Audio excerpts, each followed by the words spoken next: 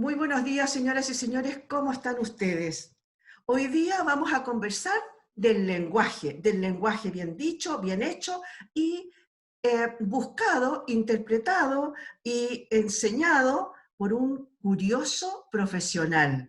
Hoy día tenemos con nosotros a don Héctor Vélez Mesa. Hola Héctor, ¿cómo estás? Muy buen día, gracias por recibirnos. No, gracias por favor a ustedes por invitarme. ¿Ah? Además, lo segundo es verte. Eh, yo vivo en un lugar donde no veo a nadie. Estoy hace Oye, 7 meses tu lugar, prácticamente. pero el lugar donde tú vives es muy precioso. Cuéntanos, ¿dónde? Mira, yo hace 10 años arrancando del ruido y arrancando de Santiago, pero particularmente del ruido, porque en Santiago mi departamento está frente al Cerro Santa Lucía, es decir, abajo siempre hay tacos, en la mañana y en la tarde. Busqué un lugar donde no hubiera ruido. Yo creo que estaba arrancando en primer lugar del ruido. Fue mágico porque mi hermana, por alguna razón, vino de visita a este lugar y justo la casa que visitó estaba en venta. Esa casa no la compré al final, pero descubrí que en estos lugares lejos de Santiago, con menos dinero que el que tú necesitas en Santiago, te puedes construir una casa. Entonces me construí una casa de 170 metros, se hizo en un año, no es una casa sólida, es una casa de madera, pero también descubrí que para un terremoto las casas de madera son como los canastos, es decir, tomas un canasto y lo mueves así y después el canasto no le pasa nada. A estas casas les pasa lo mismo, he pasado 2 terremotos acá. Es tremendo, porque además se siente el ruido, no lo siento en Santiago, porque en el Santiago vivo en un sexto piso, pero acá vivo en el primero y en un cerro. Entonces el ruido lo siento segundos antes cuando viene. Es aterrador, me acostumbré. Entonces, cuando siento el ruido, que pase el ruido, que me sacudan un rato y todo vuelve a la normalidad. Por eso estoy aquí. Aparte tienes pocos vecinos. ¿Tú específicamente en qué cerro estás? Este lugar se llama el Oasis de la Campana y yo vivo en lo que se llama el Bosco, es un bosque que está en Ujú. un cerro. Todo este sector se llama el Bosco. Al frente de mi casa está el cerro La Campana y el Parque Nacional La Campana. A la izquierda de este cerro está el Roble. Si tú llegas a la cumbre del Roble, si tú llegas a por la dormida, llegas a la cumbre, tú ves el mar. De acá. Si tú vas al Cerro La Campana, me han contado los que han llegado a la cumbre, también ves el mar. Yo estoy 60 kilómetros frente al mar.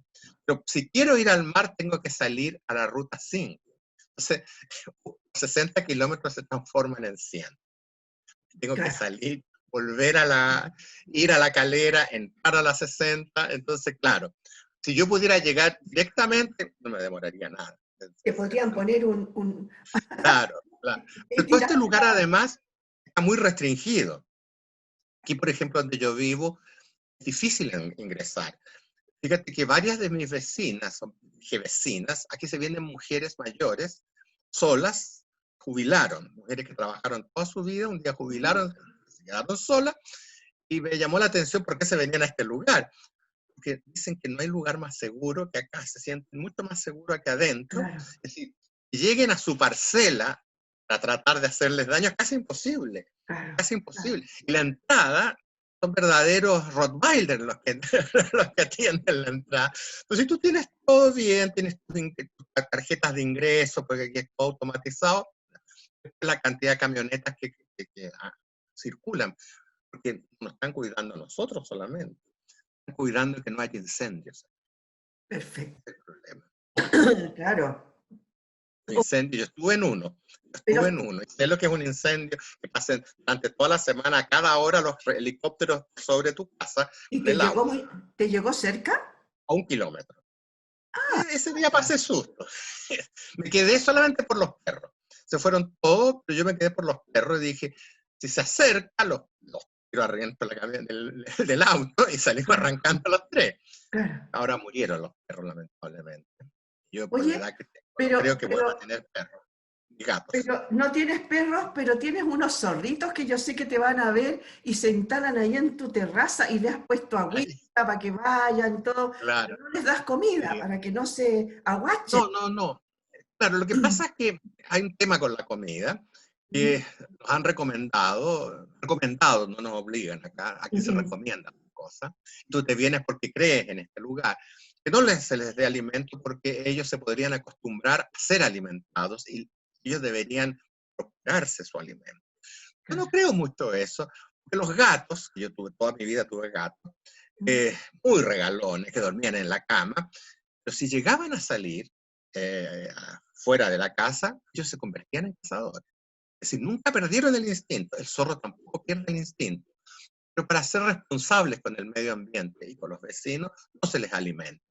Pero ellos vienen, por acá son cinco, la mamá, el papá y los 3 hijos. De hecho, ahí hay uno Ya. que no le quería poner nombre porque todos me dicen que le ponga nombre. A veces le digo Humphrey Bogart. No sé si se parecen, pero vienen, se echan en la terraza, es fresca a ciertas horas la terraza. Entonces es una manera distinta de convivir con los animales, pero seguir con ellos. Ujú. ¿Sí? Ellos viven, son mis vecinos. Es distinto que sean míos.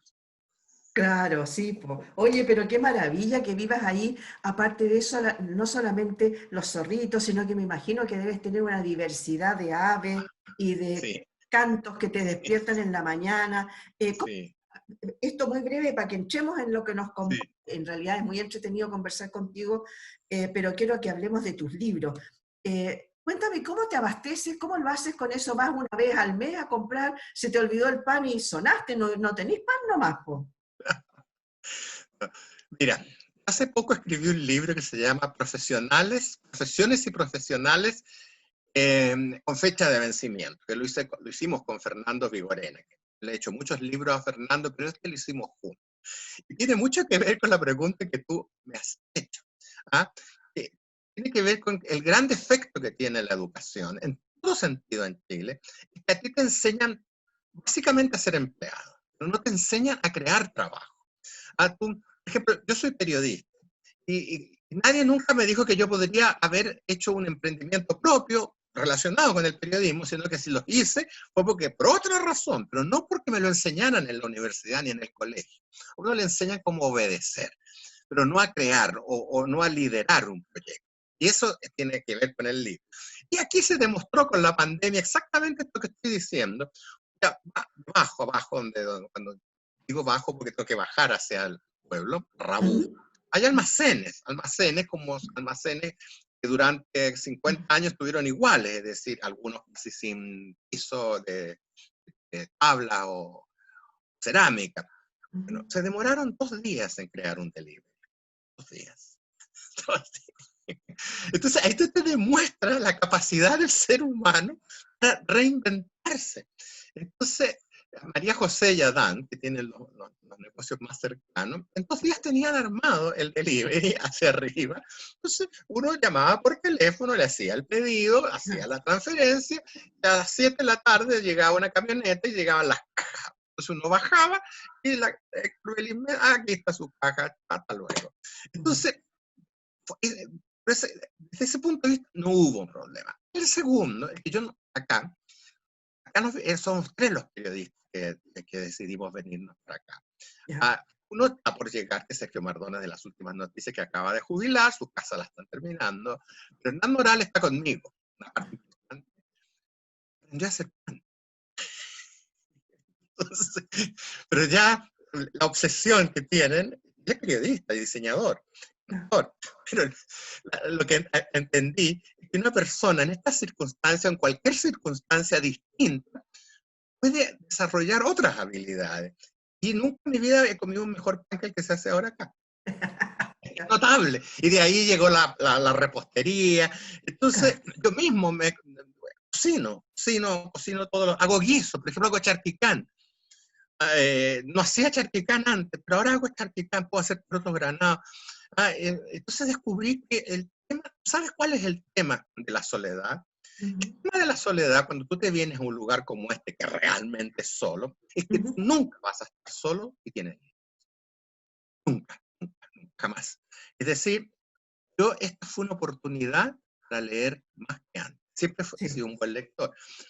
Cuando tú tienes una parte importante del día ocupada la mente, con otra gente que tú no vas a conocer nunca, pero vas a convivir el tiempo que dura la lectura, tú nunca te vas a sentir solo. ¿Ah? Entonces, el problema de hoy día de la educación es que incluso decir, a ver, en general, digo yo, es más tener que aprender, es más tener que saber. ¿Ah? Ya, pero cuando es al revés, porque tú puedes ser un millonario, pero si no lees, yo creo que lo vas a pasar mal, te vas a aburrir.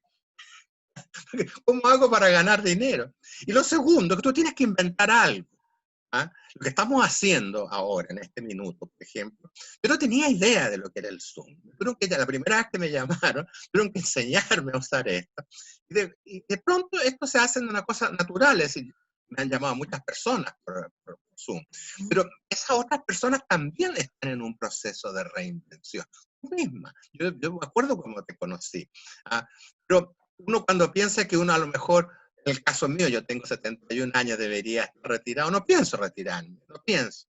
¿Y qué se hizo en marzo, cuando dijimos, a ver, mejor nos vamos a un par de semanas? ¿Cuánto irá a durar la pandemia? 2 semanas, dije. Y en este dije, capaz que pase mi cumpleaños. Mi cumpleaños era a fines de agosto. En septiembre todavía seguía aquí. Pero, ¿qué es lo que se hizo? Digitalizar los libros. Entonces, es decir, lo que por distintas razones no habíamos hecho, subir, convertir los libros en ebooks, se hizo ahora. Ahora, que uno está medio arruinado, es decir, digo yo, ¿cómo estaré de mal? Que hasta opté y me dieron las 500.000 pesos y el Estado me ha prestado 3 veces plata. Entonces, y eso significa que el Estado, cuando revisó mi balance, vio que desde marzo hasta ahora, 0 ingresos. Claro. Claro, pero yo digo, ¿y no lo iré a recuperar en un año más con estos libros que están ahora en Amazon? Entonces, Eh, me preocupo. En realidad tienes toda la razón, todos nos tuvimos que reinventar. Nosotros Sí, mismos en el canal estamos todavía trabajando en teletrabajo, estamos haciendo estas entrevistas así vía Zoom, cuando antes las hacíamos en el estudio, ¿no? bueno, es el estudio del canal en el que estoy mirando. Exacto, exacto. Pero ahora incluso ha resultado que ya la gente está acostumbrada a este tipo de conversaciones, ¿no? Me refiero a los televidentes. Se perdona el que no tenga tan buena imagen, pero Sí, sí este contacto directo, ¿no es cierto? sí, Que es mucho más enriquecedor. Oye, tú claro. mencionaste entre medio los libros y mencionaste que habías escrito, pero has escrito muchos libros, Héctor. Como 55. Uh, ya. ¿Te da para vivir? ¿Ah? ¿Te da para vivir? No, por supuesto. A ver, para mí ni el periodismo ni los libros me han dado para vivir. Ah, es una sinergia que se produce con él. Yo creo que durante un tiempo tal vez viví la suma de muchas cosas. Nosotros nos conocimos haciendo clases. ¿Ah? A mí no se me habría ocurrido hacer clases, si es que varias personas me sugirieron que a lo mejor yo podría hacer clases, me convertí en profesor por más de casi 30 años, hice clases. ¿Ah? Y mucha gente ya me pregunta si soy profesor de historia, no soy periodista. Digo, pero ¿por qué hace clase? Entonces le tengo que explicar que cualquier profesional universitario está autorizado legalmente a hacer clases de su profesión. Entonces yo hago clases en escuelas de periodismo, por lo tanto no tengo problema. ¿Ah? Entonces, pero no soy profesor. En la radio cooperativa me acuerdo que habían prohibido que se me tratara de profesor y yo les encontré razón. No es profesor, decían. Díganle a la Cecilia Robaretti, Rodolfo Valle, con los que trabajo. Bueno, yo trabajé en la cooperativa hasta la pandemia. Entonces, ¿qué es lo que pasa? Que el tema de lo que uno vive es la suma de todo esto. Entonces yo viví de las clases, viví de los programas de televisión que hacía, pero simultáneamente viví de los libros que hacía. Pero era una sinergia. Porque si yo hago un libro y estoy en la televisión, posiblemente el libro se va a vender más. Claro, Claro. Y exacto. si estoy en la televisión, posiblemente me van a llamar a hacer clases. Y cuando estoy haciendo clases, me llaman a hacer charlas. Entonces yo siempre dije que vivía de la suma de sueldos miserables. Pero curiosamente, cuando hacías la raya abajo, el ¿Ya? resultado no era miserable. Claro, Claro. exacto. Qué buena. Entonces tú tenías un día que partía muy temprano la clase a las 8:15, después de clase te ibas a la radio, después de la radio te ibas al canal, después del canal a editar un rato y terminabas de nuevo en la noche haciendo clases. Entonces, claro, claro, era la suma de eso, hasta que llegó la pandemia, que claro. se vino abajo la suma. Se vino abajo la suma porque se vinieron abajo una serie de estos trabajos miserables, no, no, el trabajo... Fue una exageración, fue una exageración, fue una exageración la mía, pero se entiende mejor. Por supuesto, no, es que me encantó tu definición, así como esa definición que yo dije al principio, que tú eras un curioso profesional. ¿De dónde te nació esa curiosidad? ¿Por qué partiste? Porque tú hiciste clase, pero fuiste notero también en algún momento y después, y en algún momento también decidiste, a ver, meterte más bien por el tema del lenguaje. ¿Cómo nació eso? Mira, todo está en el hogar. Todo, finalmente, cuando tú tienes que hacer un resumen de tu vida, vuelves a tu casa. Vuelves, y ahí es el germen de todo. Tuve una madre que siempre trabajó. Mi madre, eso que yo, cuando vino todo este movimiento Me Too, feminista, yo al principio no me sentí involucrado porque toda mi vida viví con mujeres que mandaban, es decir, nunca mandábamos los hombres, eran las mujeres las que controlaron nuestra vida. Entonces, sí, ¿por qué la gente está tan preocupada si en realidad las mujeres mandaban siempre? En tu casa, me decían, tu madre en tu familia no había patriarcado, siempre hubo matriarcado y tu madre era la matriarca. Ella siempre trabajó, siempre, siempre. Nunca la vi descansar más que en las vacaciones, los 15 días que le daban. Y el día en que detectaron el cáncer, murió. Es decir, no alcanzó ni a jubilar. Es decir, ella siempre decía, lo único que quiero es irme a mi casa a leer. Pero era una lectora impenitente. Era una persona que uno en la casa no podía hablar mal porque tenía ese don de la ubicuidad. Entonces tú decías, hubieron y saltaba esta voz. Hubo. ¿Ah? No podías escribir con faltas de ortografía. ¿Ah? Y ella era un pozo de sabiduría. Entonces, siempre uno, a ella, hoy día a mis alumnos yo les decía, pero pregúntale a tu mamá, ¿pero qué va a saber esa señora? Me dice, ¿cómo que va a saber esa señora? Le dije. Si a mí mi madre me corregía los trabajos, antes que me los viera el profesor Alfonso Calderón, me los corregía mi mamá. Entonces el profesor Calderón no me encontraba me podría encontrar diferencias en el enfoque, pero no de ortografía ni de sintaxis, porque mi madre se había preocupado que el trabajo llegara impecable en ese sentido. ¿Ah? Entonces, en ese tiempo en la universidad, el profesor ya no te enseñaba a hablar, te enseñaba a enfocar el tiempo. ¿Ah? Entonces, el profesor de periodismo informativo no se llevaba un año enseñándote periodismo informativo. Enseñaba en una clase lo que era el periodismo informativo, en una sola. Y de ahí en adelante tienes que aplicar eso que te dijo y lo que entramos a otro tema, al fondo. Al fondo. Entonces tú con el profesor no discutía si esa A era con H o sin H, como se discute ahora.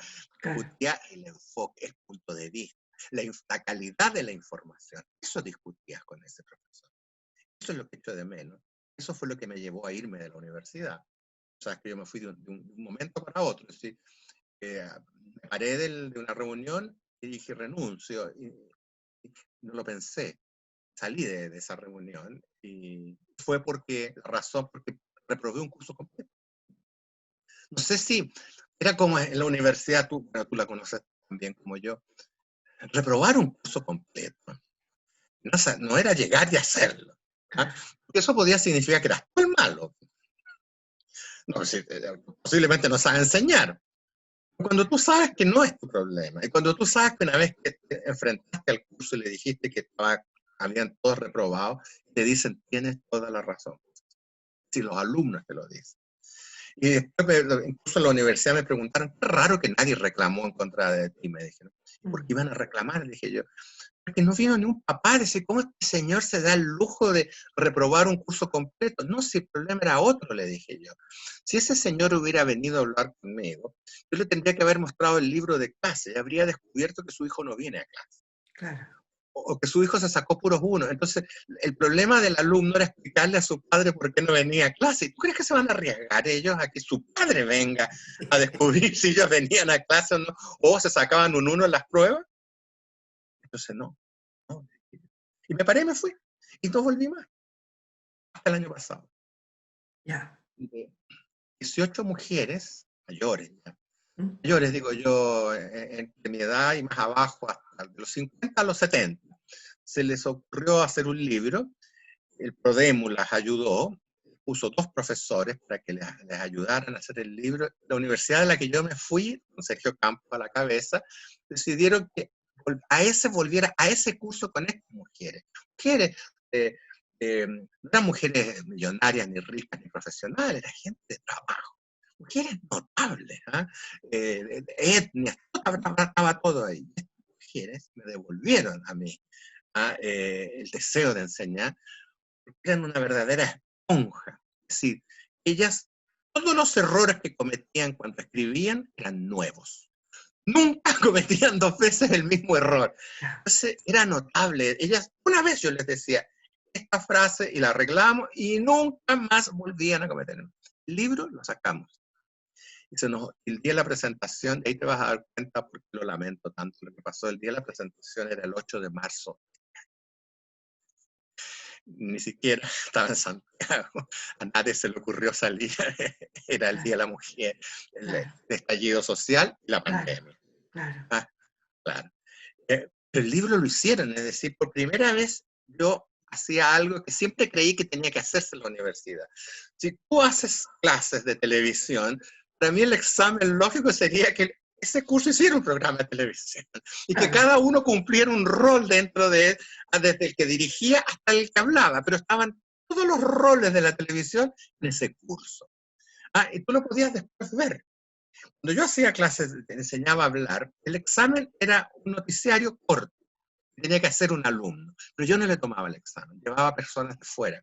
Y ellos se ubicaban en otro lugar donde los alumnos no lo veían y los profesores no veían a los alumnos.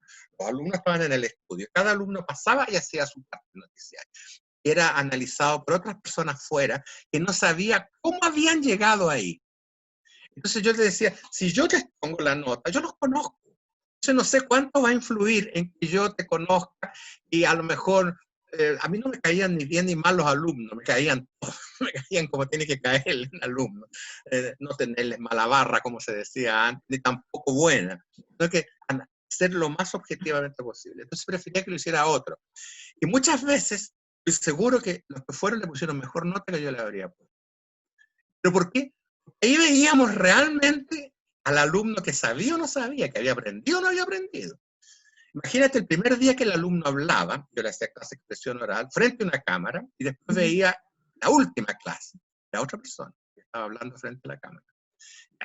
Ese resultado. Esta señora escribieron un libro, vieron el libro impreso, incluso fueron al imprenta cuando el libro se imprimió, y vieron cómo lo imprimieron. Es decir, conocieron el proceso desde la A a la Z. Completito, Completo, absolutamente completito. claro.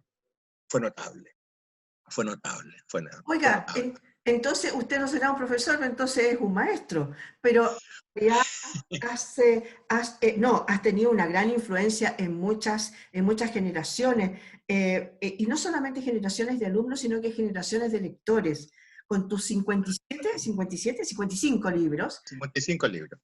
Y tengo entendido que hay uno que viene ya ahora muy prontito, o ya está, Lo estoy esperando. dicho frases y refranes con historia. Sí, sí, mira, ese es un libro, ese fue, yo diría que no fue el segundo, debe haber sido el cuarto, porque los primeros fueron olvidados. Es un ensayo que hice sobre el libro, que obviamente lo leímos los expertos nomás. Y un libro que hice sobre el amor y una frase, en algún momento extraño de mi vida, debe haber sido algún fracaso. Entonces, que se hizo. Pero cuando hago palabras con historia, es el libro que me marcó, porque el programa Sí, duró 27 años en la radio. La misma radio me dijo un día, para la Navidad, ¿por qué no te haces un libro sobre la historia de los niños?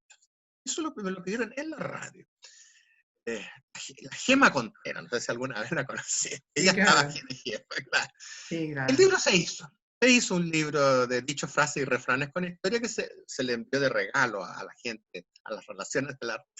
Pero cuando yo lo hice para venderlo, descubrí que con el tiempo era el libro que yo más había vendido. 70.000 ejemplares. En una asociación con la Feria Chilena del Libro. Ahora ellos eliminaron la parte editorial y quedé yo solo. Entonces, Y por supuesto el libro se sigue vendiendo. Hace 25 años que se vende el libro. Siempre se venden muchos libros al año. Este fue el año en que se cortó y la edición se acabó. Entonces, como no podía salir de acá, no sabía si iba a tener dinero para hacer una nueva edición, el libro se hizo digital. Entonces los dos tomos se convirtieron en uno solo. Entonces el libro pasó de 300 páginas a 500 páginas. Y en el camino me entusiasmé y lo hice de nuevo. Estaba aquí sentado con los zorros y la biblioteca. Aproveché de hacer el libro de nuevo y debe haber pasado de 400 frases a 650 frases. La historia de 600. Y este libro es el que hoy día se subió a Amazon. Estoy esperando ahora la evaluación de Amazon para que se ponga a la venta. La edición es nueva. La edición es nueva. Aquí viene, hay algo que yo ocurrió en este tiempo. Yo pasé del libro en papel al libro digital, no solamente en hacerlos yo leo digital nomás. Prácticamente no leo libros en papel. Este libro, por ejemplo, las ventajas que tiene el digital, este libro es 500 y tantas páginas, si se hace en papel, que yo creo que lo voy a hacer, va a costar 20.000 pesos. Aunque yo quisiera hacerlo más barato, no podría hacerlo más barato. Claro. Papel, la cantidad de páginas. Pero en Amazon cuesta $10. Claro. Por lo tanto, se masifica. Ya. En segundo lugar, para una persona de 71 años, leer a Posteguillo, los libros de Posteguillo pesan como, un día se me ocurrió pesar un libro de Posteguillo, 1,5 kilos. Sí. Estos libros casi de Roma. Son así Me unas tremendas. encantan. Sí, 1,5 kilos. Para sostener 2 horas, 1,5 kilos leyendo. Tuve que comprarme una especie de almohada que la coloco de las y me tengo que echar para atrás y afirmo el libro. ¿Cuánto pesa mi reader? Pesa 170 gramos. Y el último que acabo de ver en el comercio, que acaba de aparecer y que lo compró mi amigo Sergio Mordones, caben 6.000 libros aproximadamente, porque eso todo depende del número de páginas del libro o de caracteres. Es otro lenguaje, Sí. pero para que se entienda. Es decir, yo puedo irme de vacaciones con 6.000 libros. Te va a faltar días de vacaciones para leer. Claro.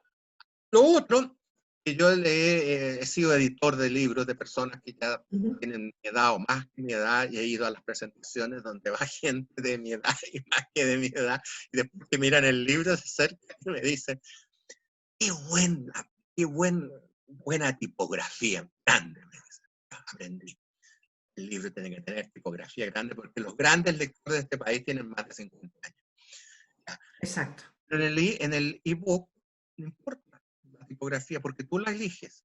Si cuando tú lo tienes el libro le pones, voy a leer con 14. Entonces el libro te va a subir a 700 páginas, no importa. Claro. No me gusta esta tipografía. Le voy a cambiar esta, la Garamond por la Baskerville, y la cambias. Entonces las posibilidades que tiene son enormes. La batería dura eterna, yo me llevo a aburrir. Ya, pues, cárgate. Como el teléfono que tengo que cargarlo todos los días. Dura 2 meses la batería. Entonces, y en segundo lugar, hay gente que, uno de mis hermanos, por ejemplo, que es un miembro de directorio de empresa, gran lector, decía que no le gusta porque le molesta la pantalla. Yo le dije, apuesto que estás leyendo en un tablet. Sí, me dijo. No, pues le dije yo. El e-reader tiene que leerse es decir, el e-book tiene que leerse en un e-reader, en un dispositivo para leer, Claro, la sí. pantalla que reproduce la textura y el color del papel. No Claro. tiene luces algunas, o le puedes eliminar la luz. Exacto. Es extraordinario. ¿Mm? Qué bueno. Bueno, y ahora estoy esperando los dichos que salgan en Amazon. En Amazon. .com.es. Ya, Yo perfecto. ya llevo 11 libros. Tú después me mandas el link, nosotros lo ponemos ahí como para que la gente lo sepa, de tal manera de poderse conectar. Tengo una Correcto. pregunta de curiosidad. ¿Cómo encuentras la información sobre tanta cosa? Ya no me refiero solamente a las palabras, porque bueno, ahí hay que buscar a lo mejor en los diccionarios, etcétera, pero con las frases, con los dichos, ¿cómo haces esa investigación? Mira, todo esto nació, las lecturas que uno hace. Solamente me acuerdo que la inspiración estuvo leyendo un libro, El Converso se llamaba, es un moro que se convierte al cristianismo, estamos hablando de la época de la dominación árabe en España. En algún minuto hablan sobre lo que es un testimonio. Me impresionó tanto la explicación que da el autor, que dice que la palabra testimonio, que después yo siempre la hago en clase y le digo a los alumnos, díganme, ¿dónde creen ustedes que procede la palabra testimonio? Entonces, ya hemos hablado sobre los prefijos, sobre los sufijos, entonces test, y ya, entonces test, algunos en la cabeza, empiezan a hacer, y el chistoso siempre te dice que se pone al final y se agacha para hablar y dice testículo. Entonces, uno que ha entrenado, yo lo escucho, lo hago pasar adelante, él cree que yo lo voy a retar, llega aquí pidiendo, ofreciéndome disculpas, y yo le digo, ¿qué es lo que dijiste? Quiero que lo escuche todo. Profesor, no me haga repetir. Repite, por favor. Testículo, dije, profesor. Correcto, le dije, esa es la respuesta. Le dije, anda a sentarte. Si no te iba a retar, ponte a retar si eres el único que ha dado la respuesta. Se va sentado sin pensando lo que hice. Hice algo bueno. Eso viene en ese libro, cuando te explican que los romanos, cuando juraban, levantaban la mano derecha y con la izquierda se tomaban los testículos y los ponían de testigo. Entonces la palabra testículo original. Entonces encontré que era tan notable esto de que las palabras tuvieran que empecé a ver que en varios libros aparecía esto. No tengo una biblioteca de libros de lenguaje. Lo he ido buscando en otras partes del mundo. Escucho mucho. Mucha gente en la calle, patas negras, me acuerdo que un señor me paró en la calle. Me dijo, lo escuché anoche con las patas negras, me dijo. Buena su explicación, pero yo tengo otra, me dijo. ¿Ves? Entonces, la que me da, yo la investigo. Y si este señor tiene razón, o podría tener razón, yo la agrego en nuestra edición. Patas negras, cuento la versión que yo conozco, la de los calcetines de los hombres que arrancan pilucho cuando los pillan ahí en malos pasos, los pilla el marido. Entonces, lo único que alcanzan a ponerse la ropa, y los hombres tienen una mala costumbre. Cuando hacen estas maldades, no se sacan los calcetines, no sé por qué.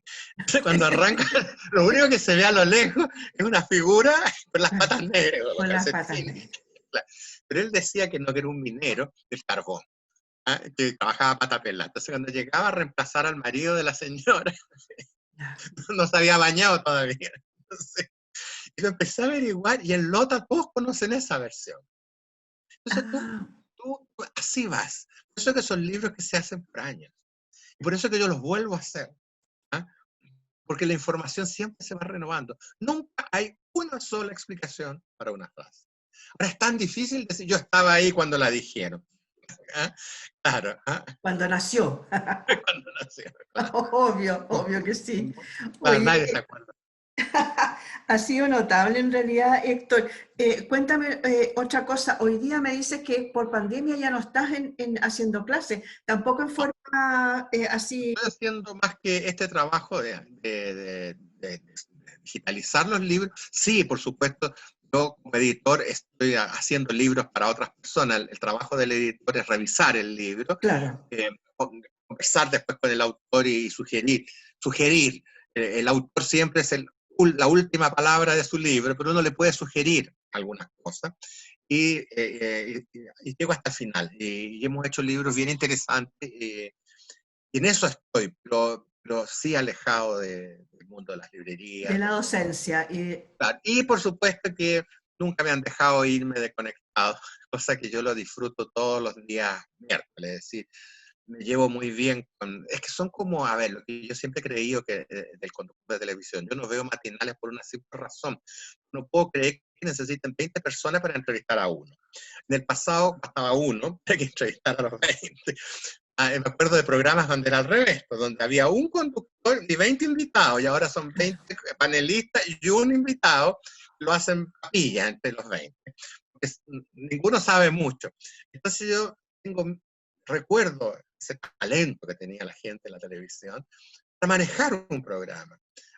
Y bueno, y la María Jimena con Jorge y la Jimena Rabani detrás, vienen. Entonces, claro, o sea, que ese programa se ha terminado no sé cuántas veces. Bueno, La digámosle, última vez que me duró un día al final. Un sí, día, ya no nos despedimos cuando nos dicen que tenemos que irnos, ya claro. no se despidan, total, en una semana estamos de vuelta. Para los telespectadores que no saben de qué estamos hablando, contémosle que El Conectado es un programa que se da por TV Chile. Todos los días de la semana sale y es la voz de Chile para el exterior. Claro, Un programa que se sí. da en esta señal que pocos conocen incluso acá en Chile. Oye, una última pregunta. ¿Se te recoge la guata con esos vicios del lenguaje que tenemos hoy día? Mira, ya no. No, ya Yo no. Estás creo que, curado de claro, espanto, como dicen. yo creo que me curé de espanto. Bueno, hay algo que es bien importante. Yo no vivo, no ando por la vida corrigiendo a la gente. Si Ya. yo corrijo a mis alumnos nomás, el resto, si hablan mal, el problema de ellos, yo no le voy a decir. No me parecería una petulancia sin nombre que uno anduviera corrigiendo al resto. Ahora, a título personal, como tú dices, sí, se me recoge la guata. Como, a propósito de la guata, el otro libro que acabo de sacar son las voces mapudungún de uso común en el castellano. Y Guata, que la limpio. gente, y que no sabemos que las usamos, ¿no? Usamos pichintunes de cosas y no sabemos Ah, de dónde Chintún, por vienen. supuesto, que tiene una gran historia el Pichintún. Sí, Te la puedo contar aquí en la televisión. no, mejor que no. No, no, no, porque hay otros con pichi. Oye, Héctor, ha sido pero un placer conversar contigo. Igualmente. Oye, me encantó, realmente me encantó el diálogo que tuvimos hoy, así que muchas gracias. Mándame No, todos gracias. para que nosotros pongamos ahí dónde se compran tus libros, donde hay algunos que están agotados, yo no los he podido encontrar. Y Sí, sí, la mayoría está agotado, ediciones. pero sí, yo en este minuto estoy en conversaciones con una librería chica en esta oportunidad, que es Bookland, para volver a sacarlos y tenerlos por lo menos en algunas librerías, pero sí van a estar disponibles en Amazon y en Delivery también. Entonces, Buenísimo. hay que reinventarse. De todas maneras, de todas Sí, maneras. sí, sí, no, en Muchas Delivery gracias, don también. Héctor. Muchas Un gracias, don gusto de Héctor escucharte Belis. y verte y conversar contigo, ¿eh? Ha sido un agrado. Para ti, para mí también. Don Héctor Belis Mesa, un periodista, escritor, él dice que no es profesor, entonces es un maestro. Nos despedimos. Muchas gracias por haber estado hoy día con nosotros, señoras y señores. Gracias por haber estado ahí.